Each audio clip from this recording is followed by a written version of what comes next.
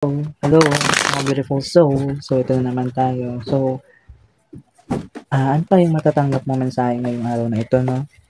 So, ano kaya ang gustong sabihin ng universe sa'yo? So, sisimulan natin sa tanong na, anong gustong sabihin sa'yo ng person mo, no? Ano nga ba ang gustong sabihin sa'yo ng person mo? Okay? So, this is a timeless reading, no? So, and also, this is a general reading. So, kung feeling mo yung card is para sa'yo, just claim it. And kung feeling mo naman na hindi siya para sa'yo, yung card na nakukuha mo, leave it the rest, okay? So, hindi mo naman kailangan kunin lahat because maraming energy ang nakapaloob dito, okay? So, ano nga ba ang gustong sabihin ng person mo sa'yo, okay? Ano nga ba? Okay, spirit guide. Ano bang gustong sabihin ng person niya sa kanya, sa mga nakakanood nito, no? Ano nga ba ang gustong sabihin?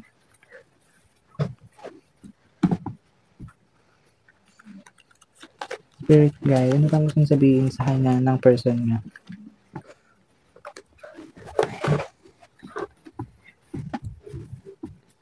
So, yung person mo, no? Gusto sabihin ng person mo sa'yo na lahat ng paghihirap mo ay nakikita niya, no? So, lahat ng mga burden mo na nararanasan mo is nakikita niya. Nakikita niya na sobrang napaka-hardworking mong tao, no? So, nakikita ng person mo. Okay. So, may taong paparating nga sa'yo, no? So, it is possible na Knight of Swords. So, possible na itong person na tinatanong mo is nakikita ka nga niya, no? So, nakikita mo naman, no? So, nakikita niya yung paghihirap mo, no? And, of course, possible na amin na to sa inyo, no? So, fearless, no? So, wala na siyang kinakatakutan, no? So, ready to take risk na to sa iyo, no? Kung yung iba sa inyo, no? Na kung iniisip nyo kung ano bang gusto sabihin sa'yo ng person mo. So, possible na papunta na siya sa iyo, no? Malapit mo na siya. Okay. So, sinasabi ng person mo, no, na pinagkakatiwalaan ka niya, no? So, kung hindi pa kayo ng person mo na tinatanong mo, pinagkakatiwalaan ka niya, no? Or kung nasa in relationship naman kayo, pinagkakatiwalaan ka niya. So, sinasabi niya lagi na I trust you, okay? So, masaya na siya nakasama ka, no? Kung iba sa inyo is in relationship na, no? So, masaya siya na ikaw yung nakilala niya, okay? So, highly minded tong taong to, no? So, very considerate din tong taong to, no? So, yung iba rin naman sa inyo is, yung person nyo, na tinatanong nyo is, masaya siya ngayon, no? Nakakaramdam siya ng saya. So, it is possible na masaya siya na nakilala ka rin niya, no? Kung yung person na yung tinatanong mo, okay? Masaya siya na kasama ka niya, okay?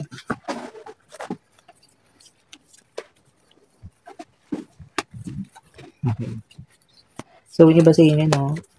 Possible din na uh, marami ring nagkakagusto sa'yo, no?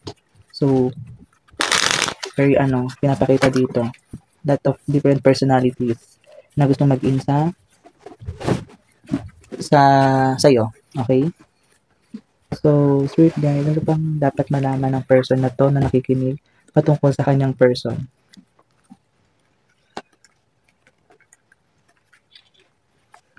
Ano pa kaya ang dapat malaman?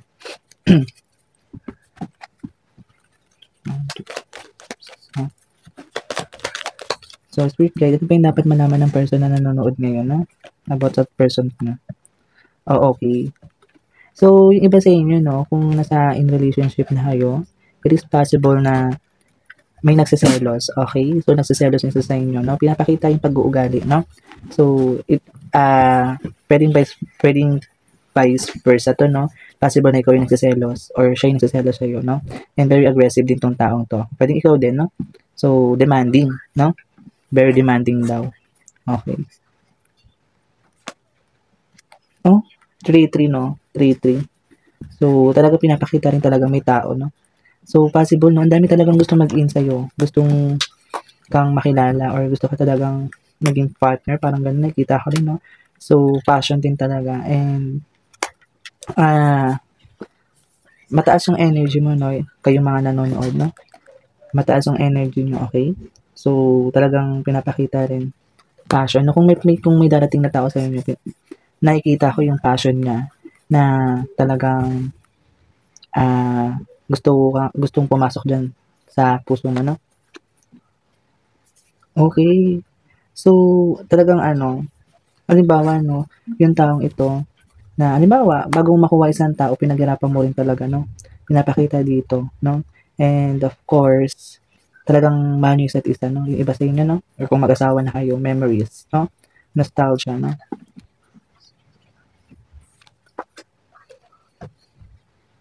Okay. So, talagang magbigayan lang kayo 'no. So, 'wag lang kayong, mataas yung ego, okay?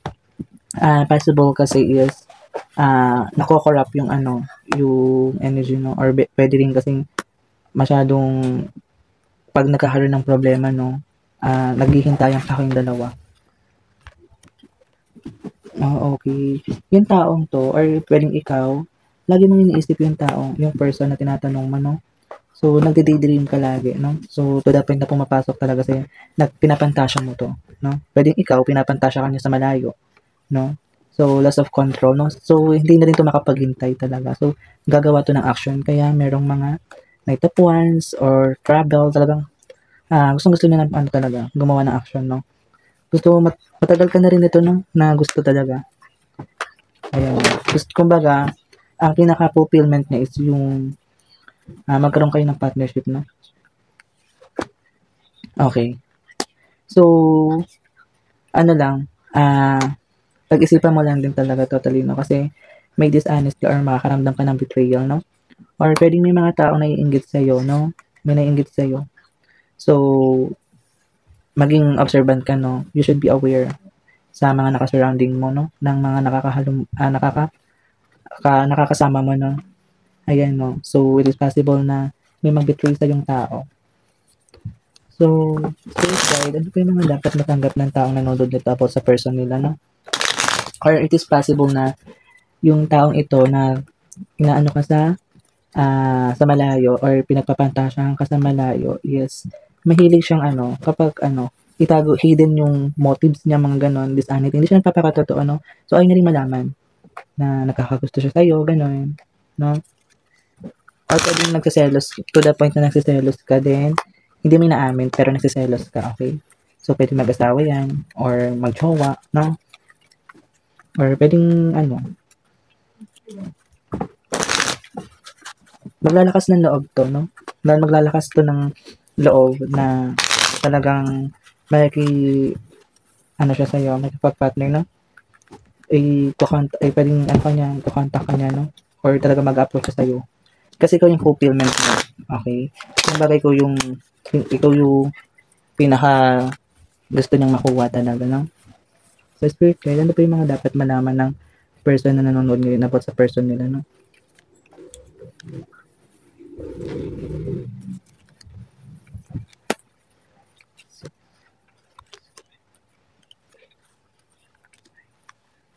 Okay.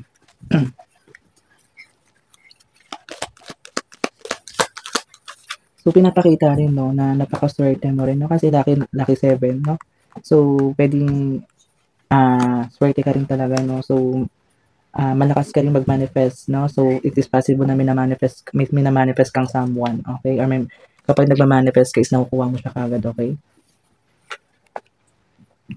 Okay. So, talagang hindi ka na rin makapaghintay 'no. So, siguro may tao kang hinihintay na gusto mong papapasukin diyan sa puso mo, or may hinihintay ka ring tao na gusto mo talaga 'no. Pero conflict of interest kasi it is possible na, may different path pa kayong tao na 'to 'no. So, hindi pa talaga kayo magkakasalubong, parang gano'n. May kanya-kanya kayong pinagkakaabalahan 'no, to the point na hindi niyo na napapansin yung both 'no. So, impatience and conflict of interest. So, King of Cups 'no, so nabubulol ako. Dapat ano, you should be balanced always 'no. So, you should be considerate and dapat paniwalaan mo yung sarili mo 'no.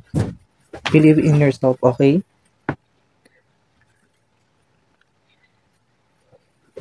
Okay, 'no? So, ang ganda ng pinapakita 'no. And siguro kung ipanatilihin mo lang din talagang yung sarili mo is kalmado 'no. Okay, possible na may dumating na ano, na problema sa inyo. Pwedeng possible na may dumating na problema sa inyo kung mag-asawa man kayo, may hindi kayo pagkakaunawaan nito, no? So, kaya nilalagay dito is, kaya sinasabi rin dito na you should be, you know how to balance, okay? No?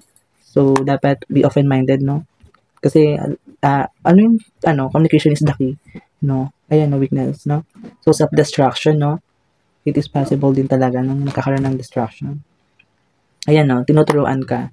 Understand and believe values and boundaries. Kung iba sa inyo may asawa na, and you should, set limitations or boundaries, no? So, sinasabihan ka dito, no? Mag-set ka ng boundaries and also, be open-minded din talaga, no?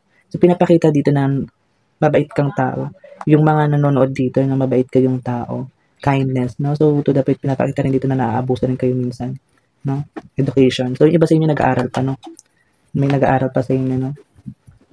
So, try to self-reflect din, no? Kasi pinapakita dito is morality, no? So, divine wisdom. Lagi ka rin ginagay ng wisdom mo. So, kaya ka nakapunta dito. So, try to search sa Google ng 555. Maybe it is angel's number mo, no? So, pwede it is a guide for you always. No? Ginagate ka ng divine, no? Or ng universe. So, it is, malakas din yung fiery person dito, no? So, yung mga nanonood dito is mga fire sign, okay? Na fire sign, ina-emphasize din dito. And also the air sign. Ayan. So, may tao talaga nagtatago ng lihim sa'yo, no? So, siguro itong taong to, na iniisip yung person mo, naglilihim siya sa'yo, no? Pero, ayun yung nagbibigay ng confusion sa'yo, no? Parang, parang nagbibigay siya ng motive na parang napapaisip ko, may gusto ba siya sa akin? Parang ganun, no? Yung person mo, parang tinatago lang na yung pagtingin niya sa'yo, no? So, it is possible yung ba sa inyo sa awakening na yun, no? Awakening, no? Or judgment. Or in a good judgment talaga, no? Answering the call and actions, no? So, may new opportunities for you, no? So, malakas nga yung fire sign dito, no? Mga fire sign person. So, mahilig kayo mag-adventure, mag-explore, no? Pinapakita dito. Awakening, no? So, for post. Kailangan lang mag-self-reflect. Mag-self-reflect lang kayo. Mag-self-reflect lang kayo, no? So, para maiano nyo yung sarili nyo, no? Kasi judgment yan. So, always, pag-isipan mo yung decisions na tinitake mo, no? Always, and also trust your intuition din. Gawin yung mga kutub mo, paniwalaan mo, okay? So, ayun. Ano pa? Undecided, hindi ka pa rin talaga makapag-isip, no? So, is it possible kung may taong, may mga naka-mutual understanding ka ngayon, undecided ka sa taong ito, no? So, it is possible din yung iba sa inyo, may mga partner na in feeling nyo, nasa-suffocate na kayo, no? Para nasasakal. Kaya nga sinasabi na dito, pag-isipan mo yung actions and decisions mo, no? So that's why you are undecided now, no? Yung mga undecided ka talaga. So, preparation, no? So, may plan si universe sa'yo, no? So, maging be open-minded lang talaga, no? And magsabi ka lang din ng totoo, no? Magsabi ka ng totoo. So, maganda yung new beginning sa inyo. It is possible talaga na kung tinatanong mo is may person mo, yes, may plano siya talaga, no? And may plano ka rin.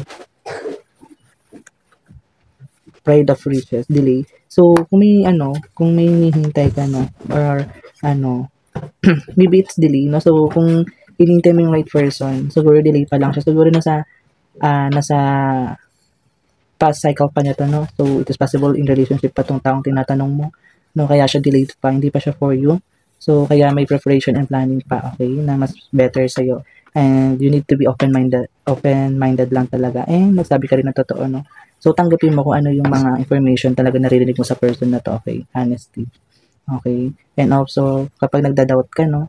Or it is possible na tinatry mong deadline itong taong ito, pero hindi mo talaga siya totally magawa, no? Kasi nga sabi nga dito, magpakatotoo ka. Okay, no? Possible yung person mo na tinatanong mo yun is sometimes talagang iniiwasan mo siya, pero hindi mo rin din talaga siya maiwasan, okay? So, continue to solve issues. So, it is possible na kung tawag dito,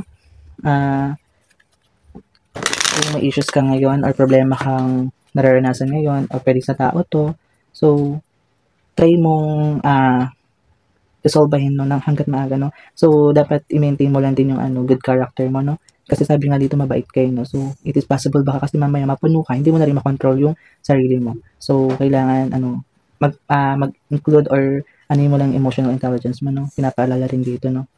So be a good character, no. Kung sinaktan ka ng person na possible na nasa isip mo ngayon, yung tinatanong mo, kumbaga, you don't need to take a revenge sa person na to, no? So, ayun yung sinasabi, okay, 555. So, kanina sinabi ko, search na yung 555, tatlong 5, maybe it is angel number, no? So, kailangan mo siyang marinig or mabasa because galing to sa universe or divine. And also, idagdag mo na rin yung 4 na 5, no? 5555, search mo, angel's number, no? So, kung feeling mo, it is for you, yung message, so, i-claim mo na, okay? Kasi nagre-respond ang divine and the universe sa'yo. So, walang tayo tatlo. And the last card will be in the last of our card, okay? So, ano po mga dapat malaman ng person na ito nanonood ngayon, no? About sa person nila. Kung ano yung isip ng person nila sa kanila. So, alisin mo na yung possessive mo, no? Baka it is possible, no? You are a possessive person. So, alisin mo na yun. And pinapakita dito na you are a materialistic person, okay? So parang pag yung taong ito, parang pag gusto mong makuha, parang isang bagay, kapag gusto mong makuha, gusto mo makuha, hindi mo siya tinatantanan, no? So hayaan mo yung destiny na magtagpo sa inyo, okay? And next is the excessive loss of prestige and disloyalty, no? So possible yung iba dito is galing talaga sila sa iba, third party, and tinatanong nila is yung ex nila, okay? Yung ex na ng person na to. So, talagang galing din iba dito sa rejection, siguro mamin din sa jowa nila, asa nagugustuhan nila, and reject sila, and also parang betray because yung iba dito is involved in the past with a third party, okay, relationship, no? So, ang tinatanong yung iba dito is possible yung ex nyo, okay? Okay. So, possible din na nakaranas ka ng masasakit na salita dito, no? Yung sa person na to, no? Yung, okay, and also yung person na to, yung sinabi rin ng person na to sa'yo, no? Siguro nasabihan mo siya ng masasakit din na salita before kayo mag-separate or nagkaroon ng end sa inyong relasyon. So, the last card is Ace of Cups. Open your hearts and receive the emotions around you. So, wag mong i-close yung sarili mo, no? Wag mong i-close sa panibagong chapters, no? Ng buhay. So, unconditional love. Kung yung love na, sinasabi dito na, mararamdaman mo naman yung love came from friendship, families, relatives, or other na nakasurrounded sa'yo, okay? So, self-love, yung iba sa inyo, no? Sabi nga nila, bago ka magmahal ng isang tao, dapat mahal mo muna yung sarili mo, no? And before ka pumasok sa relasyon, kailangan you are fully healed, no? Para hindi rin masaktan yung taong kikilalanin mo, okay? Yung taong magiging kasama mo, okay? So, kailangan you are fully healed, okay? Bago ka pumasok sa relasyon, okay? And yung iba rin dito is new friendship, no? May bago kayo makikilala talaga. Okay. So, kailangan lang din talaga, believe in yourself, no? So, tanggalin nyo na yung doubt sa sarili nyo. And, kailangan, kung magtatrabahuhin nyo yung ganito or yung relasyon, kailangan hindi kayo nangihingi ng kapalit, okay? So, ano yung natanggap mo, dapat give and take lang, no? So, ayan. So, kailangan lang din, wag kang matakot na humingi sa ibang tao ng tulong, no? So, kung feeling mo is problemado ka, may iniisip ka, try to open sa iba, no, para gumaan yung pakiramdam mo. So, dito nagtatapos yung ating general reading, no, about sa gustong sabihin ng person mo sa'yo, no. So, pwedeng yung mga na-take mong message is pwedeng vice versa, no. So, depende sa inyo, okay? So, sana maging gabay ito sa inyo, and of course, sana nakuha niyo yung gusto niyo makuha, no? So, dito nagtatapos yung ating general reading. So, thank you and see you